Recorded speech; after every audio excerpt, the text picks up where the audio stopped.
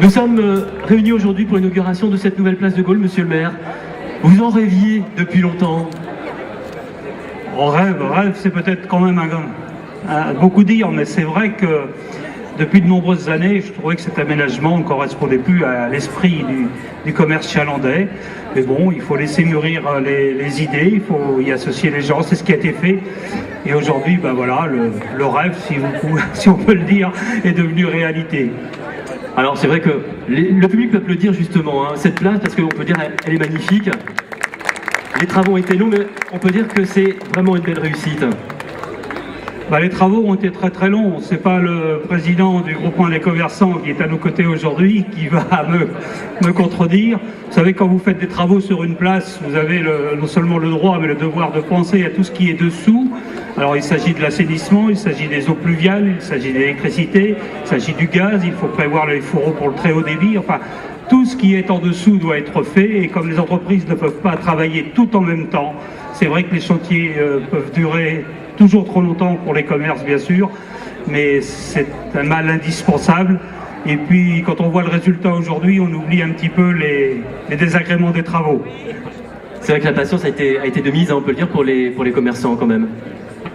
Oui, là, je crois qu'on peut les remercier, tous les commerçants, l'ensemble des commerçants, de leur patience, parce que c'est vrai que ces travaux sont tombés à une époque où il y a eu du mauvais temps, il y a eu un marasme économique, il y a eu l'addition de différents critères qui a fait que le commerce a bien sûr souffert.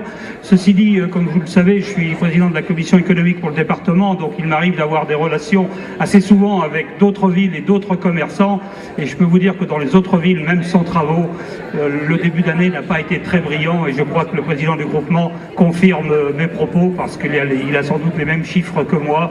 Donc les travaux sans doute ont rajouté des contraintes supplémentaires, mais le début d'année n'a pas été excellent et on espère bien sûr que cette situation puisse s'améliorer au plus vite. Alors, on l'a vu, on l'a dit, cette place elle est réussie, elle est magnifique. On a vu des paveurs italiens travailler sur cette place. Pourquoi ce choix? Ah ça oui, j'ai beaucoup entendu parler des paveurs italiens qui ont été excellents d'ailleurs.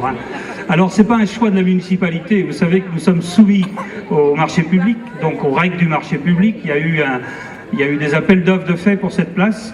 Il y a eu des appels d'offres, on a eu des réponses. Le premier critère que nous avions mis, c'était le délai de réalisation et la qualité, l'expérience, les références de l'entreprise.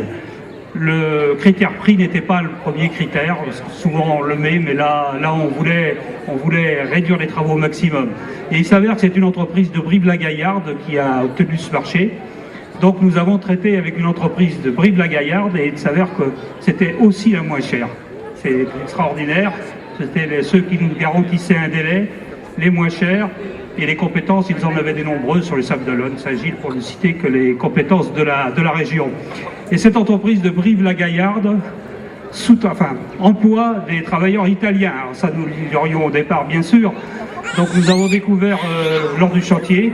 Alors pourquoi des travailleurs italiens? Parce qu'en Italie et près de Venise, il y a une école de pavage, qui n'existe pas en France. Et ces Italiens ont des vraies compétences. D'ailleurs, je crois que tous ceux qui ont voulu voir travailler sur cette place et voir le résultat aujourd'hui, ils ont des vraies compétences. Ils ont travaillé de 8h le matin, souvent à 9h le soir, de façon à minimiser là aussi le temps de réalisation. Et voilà pourquoi nous avons eu ces travailleurs italiens sur cette place. Je pense que les Chalandais étaient ravis de les côtoyer, plus que jamais. Un vrai spectacle, comme le dit Jean-Paul Pro. Alors cette nouvelle place est un nouvel atout, une nouvelle force pour le commerce du centre-ville, Serge Rondeau. Oui, vous savez, c'est un nouvel atout, bien sûr, c'est une nouvelle force, ça fait partie d'un programme, ce n'est pas terminé.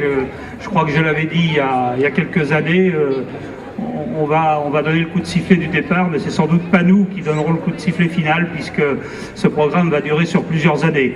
Alors, je crois que le commerce du centre-ville à Chaland, il y a eu cet esprit d'équilibre entre la périphérie et le centre-ville. Je crois que le centre-ville ne peut pas se passer du commerce de périphérie, et la périphérie ne peut pas se passer du commerce de centre-ville. Le tout est de trouver le juste équilibre. Et je crois que là, il faut souligner le travail de nos prédécesseurs, parce que vous savez que quand vous prenez des décisions, vous les mesurez bien souvent plusieurs années après. Il faut souligner le travail de nos prédécesseurs, en particulier de Louis Duceppe, je ne sais pas s'il est parmi nous aujourd'hui, mais qui ont pris les bonnes décisions à une époque. Donc c'est vrai que c'est plus facile, parce que quand vous prenez les mauvaises décisions, bien souvent après il est trop tard. On a beaucoup d'exemples en France où les centres-villes sont moribonds parce que justement on a laissé trop, on n'a pas veillé suffisamment à cet équilibre périphérie-centre-ville. Donc je crois qu'il faut souligner le travail qui a été fait par nos prédécesseurs. Nous on s'inscrit bien sûr dans la continuité et notre rôle à nous élus, ce n'est pas d'aller faire du commerce, je l'ai dit plusieurs fois, à la place des commerçants. Ils sont suffisamment professionnels pour le faire et suffisamment compétents. Notre rôle, c'est de créer les conditions pour que le consommateur vienne dans le centre-ville et surtout revienne dans le centre-ville. Alors ça passe par, bien sûr, des aménagements. Là, on en parlera tout à l'heure, je crois. Les aménagements ne sont pas tout à fait terminés. Ça passe par des espaces jeux pour les enfants qui vont ouvrir bientôt à côté Place de l'Europe. Ça passe par de la convivialité, ça passe par tout ça qui donne envie aux consommateurs. Ça passe par les terrasses de café, ça passe par du beau temps, mais là j'aperçois monsieur le curé, peut-être qu'il peut faire quelque chose pour le beau temps. Peut-être a-t-il des relations qui nous permettront d'avoir un hiver qui s'arrête un jour. Et ça passe par tout ça, voilà. Vous parliez du dynamisme, en effet, du centre-ville de chalandais, y compris de Chaland. Deux mots sur le prix Procos, quand même. Oui, alors, c'est vrai que grâce au travail de nos prédécesseurs, grâce au travail de l'équipe actuelle, et j'en profite pour saluer bien sûr tous mes collègues qui sont présents aujourd'hui, ils sont nombreux. Michel Bernard, donc l'adjoint aux travaux, c'est lui qu'il faudra engueuler, c'est lui qui vous a programmé tout ça. Albert Girard, donc l'adjoint au commerce, et puis tous les collègues qui sont présents. Je pense que ce prix Procos nous conforte dans nos décisions, parce que comment on l'a obtenu? Procos, c'est une fédération nationale qui regroupe 250 enseignes, donc c'est quand même assez important, et qui a observé pendant 5 ans les différents commerces dans une vingtaine de villes françaises qu'ils avaient sélectionnées.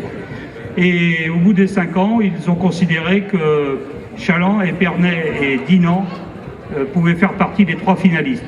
Et avec Jean-Paul Prault, le président, nous sommes allés à Paris au pavillon Gabriel, et c'est le ministre du Commerce, Sylvia Pinel, qui nous a remis le premier prix de cette enseigne Procos.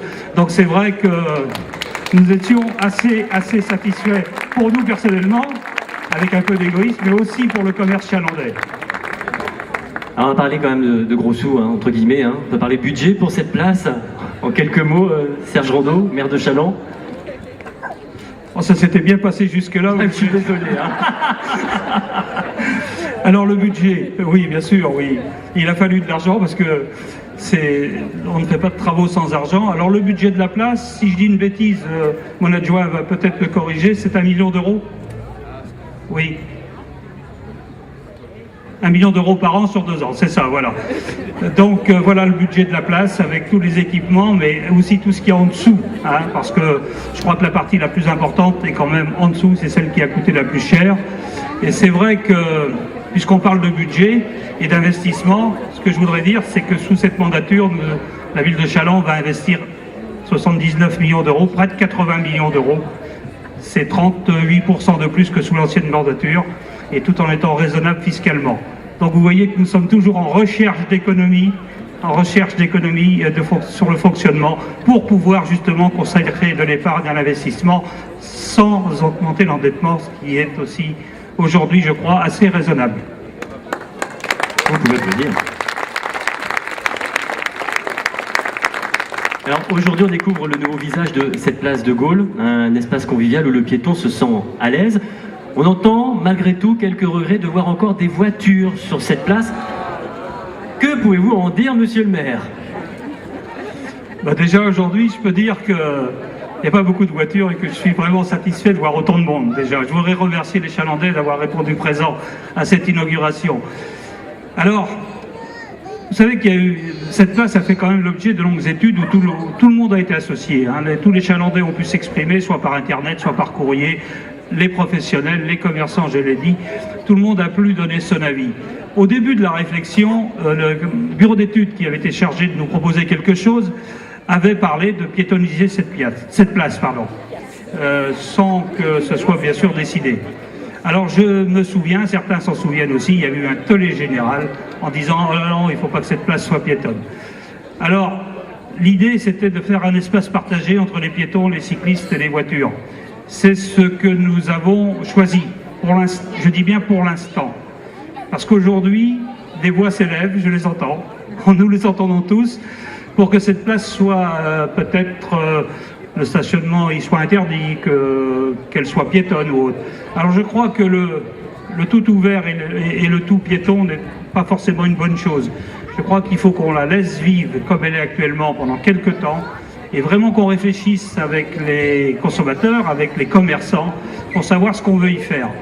Et je crois qu'il doit y avoir une solution intermédiaire qui consisterait peut-être à la rendre piétonne à certains moments, à la rendre piétonne par exemple le samedi matin, par exemple le mardi matin, par exemple à l'occasion d'un week-end, je ne sais pas. Je crois que tout ça, le dimanche par exemple, à condition qu'il y ait des commerces ouverts sur la place. Voilà, je crois que tout ça, ça va faire partie d'une longue réflexion. Et là, nous attendons aussi l'avis des Chalandais. Certains l'ont fait, là, j'en profite pour saluer la presse qui est présente aujourd'hui. Certains l'ont fait à travers des sites de Ouest-France notamment.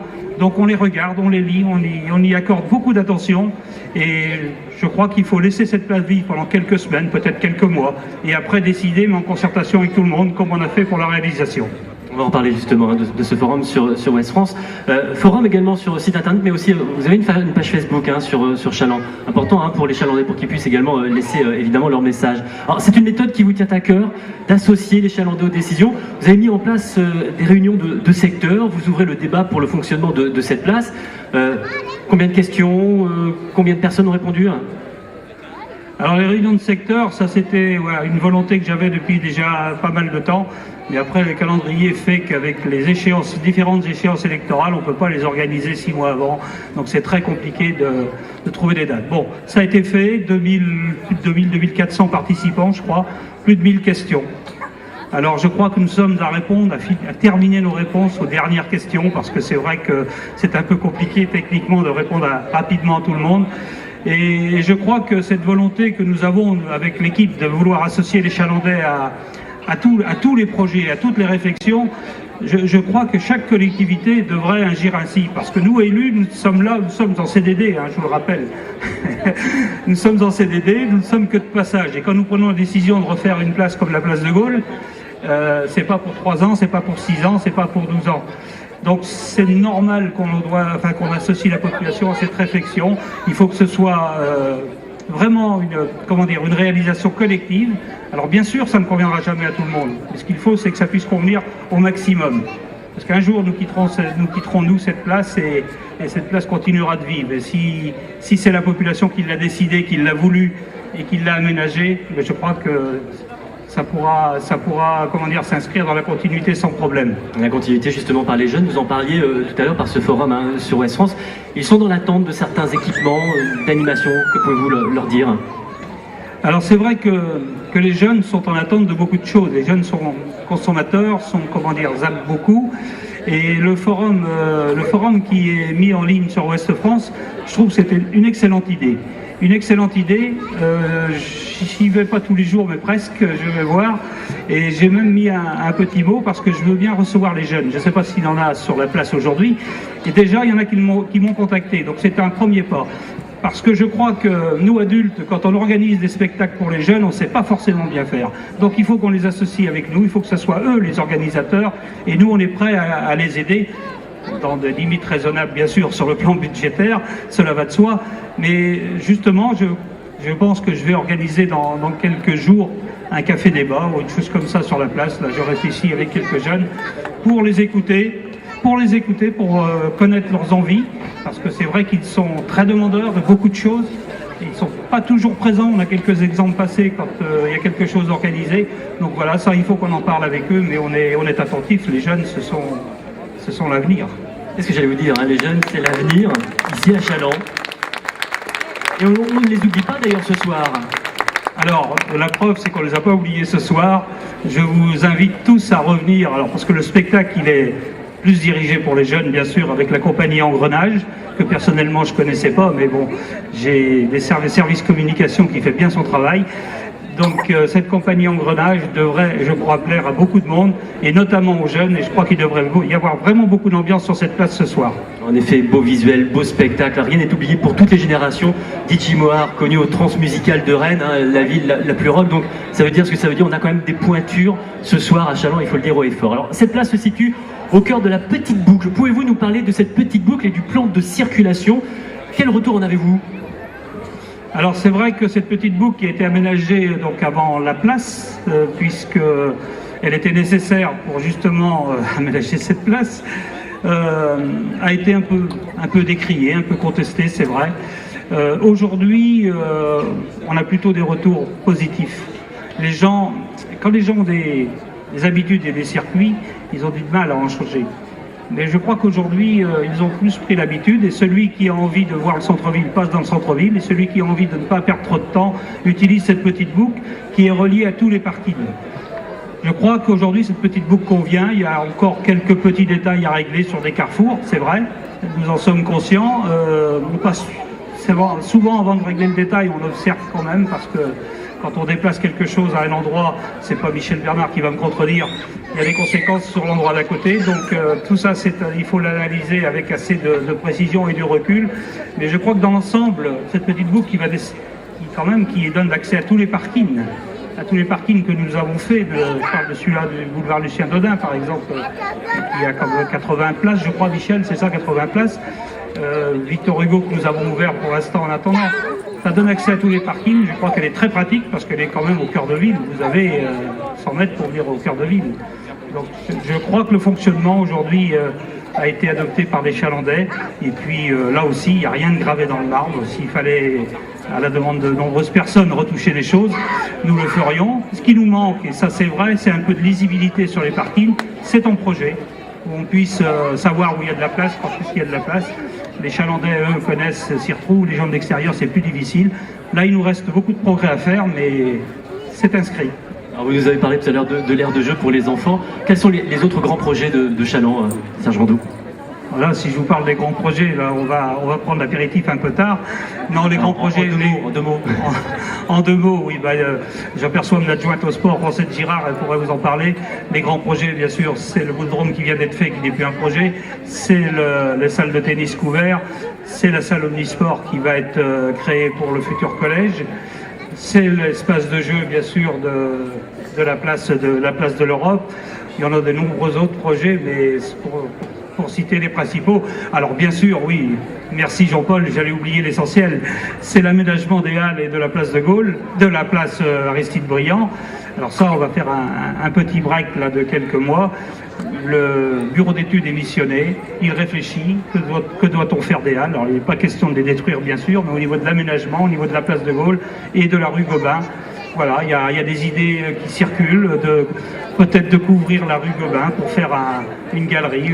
Tout est imaginable. Tout est imaginable. Tout à fait. Alors une dernière question, monsieur le maire. Je crois savoir que vous avez rejoint la communauté Twitter depuis hier. C'est exact? Ah oui, c'est un grand événement. Ah oui.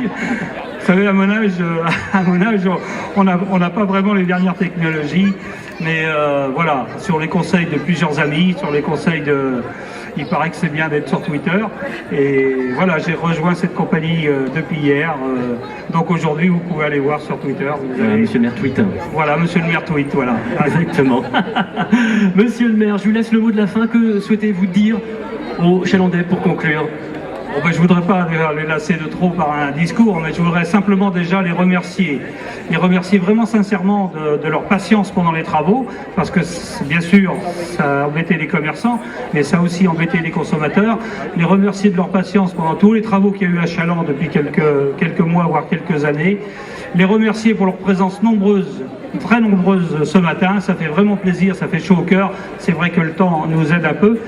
Et leur dire que tous les commerces de centre-ville sont ouverts ce soir jusqu'à 21h. Ne pas oublier le concert à 21h30, je crois. Oui, je crois qu'on aura beaucoup de monde. Et puis leur dire qu'ils peuvent compter sur leur équipe municipale. Il nous reste encore un an à faire. Croyez-moi, on est tous au boulot. Ça, je peux en témoigner. Et nous allons travailler jusqu'à la dernière minute, toujours pour le bien du Chalandais et pour que le slogan « Ici, la vie est belle » puisse avoir tout son sens. Et tout son sens ici, la Biovelle, encore faut-il qu'elle le soit pour tout le monde. Et c'est bien pour ça que nous nous employons à faire le maximum de travaux, y compris pour le handicap, dans le centre-ville. Voilà ce que je voulais vous dire. Merci encore de votre présence nombreuse. Il va y avoir un vin d'honneur tout de suite, je vous y invite. Et avant, mais je crois qu'avant, il y a une petite seconde, c'est que Jean-Paul Pro a une voiture à remettre. Voilà, clin d'œil comme au service technique également, parce que vous êtes bien entouré. Voilà. Vous tweetez, monsieur le maire, mais aussi vous êtes bien entouré de jeunes et de toute une équipe. Alors je voudrais remercier, bien sûr, je l'ai dit tout à l'heure, mais tous mes collègues élus qui ont, parce que vous savez, un maire, c'est peut-être un chef d'orchestre, mais il joue pas tous les instruments. Donc tous mes collègues élus qui ont participé avec moi depuis le début du mandat à ce travail, les remercier sincèrement. Tout le monde a fait son travail, chacun à sa place. Et la preuve, c'est qu'ils sont très nombreux ce matin.